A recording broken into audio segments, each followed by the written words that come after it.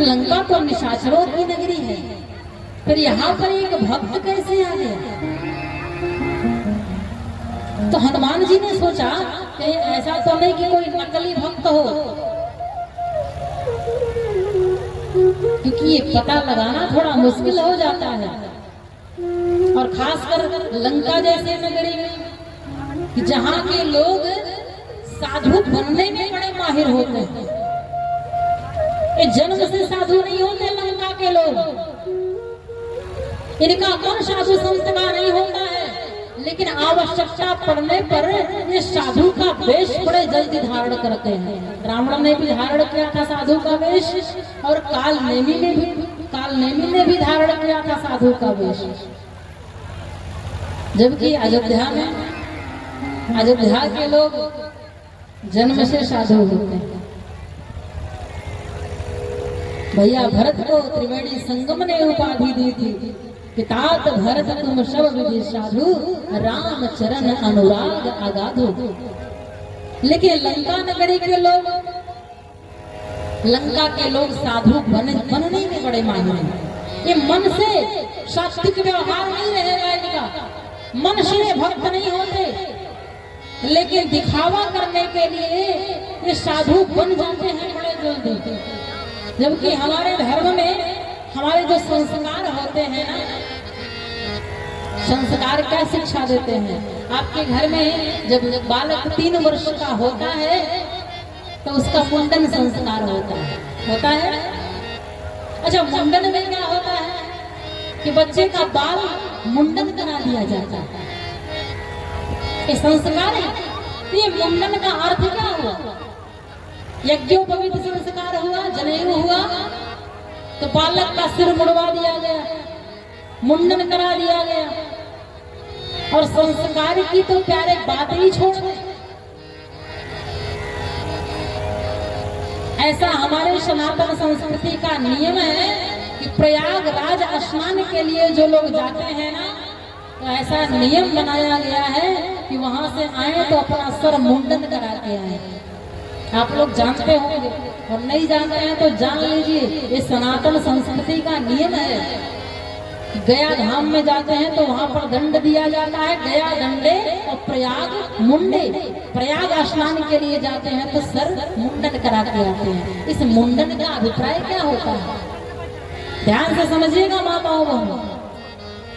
बालक का बाल मुंडन करा दिया गया, इसका क्या अर्थ हुआ?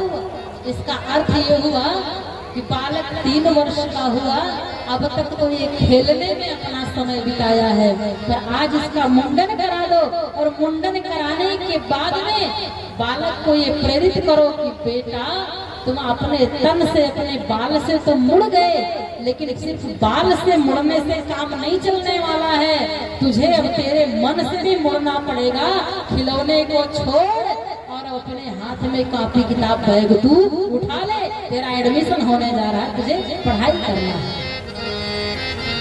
कि मन से मुड़ जाओ कि अब तक जो थे वो नहीं रहे, अब आगे कुछ और अच्छा करना है, इसलिए हर संस्कार में मुंडन कराया जाता है।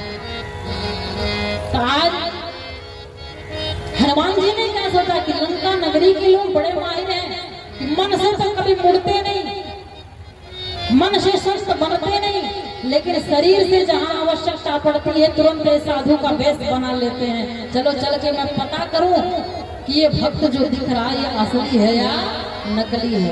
तो हनुमान जी आए, विभीषण जी की परीक्षा लेते हैं। परीक्षण में पाया कि विभीषण वास्तव में भगवान के भक्त हैं।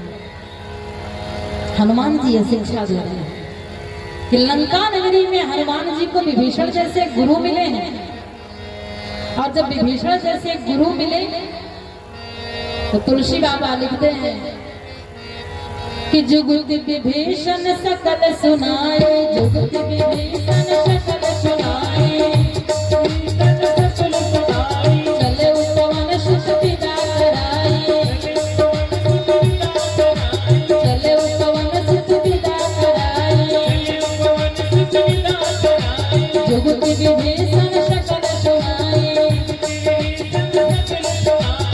हनुमान जी महाराज पहले परीक्षण करते और परीक्षण करने के बाद विभीषण से कहते हैं कि महाराज हम राम के दूत हैं, सीता मैया की खोज करने आए हैं, इतने देरी से हम यहाँ भटक रहे हैं पर सीता मैया का कहीं कोई पता नहीं मिल पा रहा है। तो विभीषण ने भक्ति देवी का पता बताया, जो कि एक गुरु ही बता सकता है। इसलिए प्यारे, भक्ति की खोज जब भी करो, भक्ति को जब भी प्राप्त करना चाहो, जीवन में जो बाधाएं आए उनका सामना करने के बाद किसी अच्छे गुरु की तलाश करो कि जो आपको उचित मार्गदर्शन दे सके, और इसके बाद भक्ति की शरण में जाओ। श्री हनुमान जी ने ऐसा ही किया, क्योंकि इनकी भक्ति तो अनन्य है। हमेशा राम नाम का गुणगान करने वाले हनुमान जी महाराज कि पाँव में घुंघरू बांध के नाचे,